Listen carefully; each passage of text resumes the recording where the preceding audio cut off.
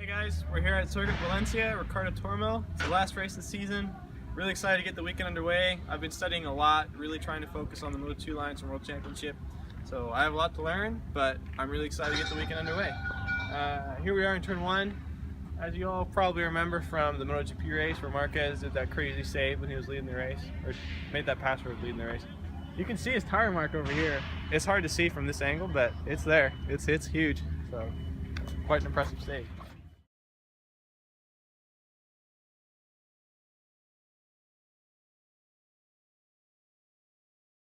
Guys, just a quick pro tip. This is the normal curving here in turn 1. No problem if you hit this, even if you're all the way at the edge, it's still no problem. And these are actually really grippy, so sometimes you are on the edge. But if you go into the green, it means you're off course technically. So what I try and think of is green is grass.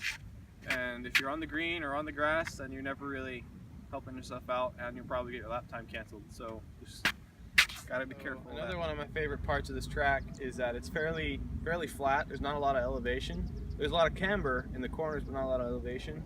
So reference points are really easy. So for example, here in turn 2, my reference point, when you get a good drive coming out of turn 1 on a good lap, you're carrying a lot of speed. So by the time you get to the start of these curbs, or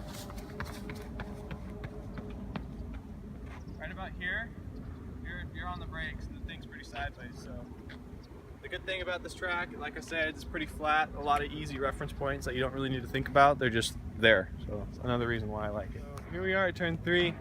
This corner for me is a bit difficult. You have to take it with a lot of momentum, but you also have to make sure to not go out too wide when you're turning left, because you have the first right just after it, and you have to make sure you give yourself some time to get over to the edge of the track and set up your braking marks and all that other stuff.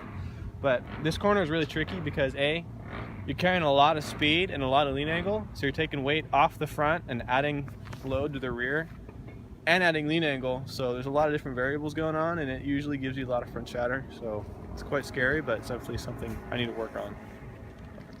What's up, man? Here we are at turn 8 at Valencia. This corner's a lot of fun. You're coming off of a really fast straight, and it's kind of awkward because you're still turning while you're accelerating, and then you get on the brakes, so you have to make sure to kind of take away some of that lean angle. Or you can lose the front, and losing the front here sucks. Trust me, it's not fun. But the good thing about this corner is you got some runoff. So on the Moto2s, we get a lot of false neutrals, especially when you have to shift really fast. So it's important to stay calm and keep it really tranquilo. So I'm really excited to ride this corner tomorrow, and it should be good.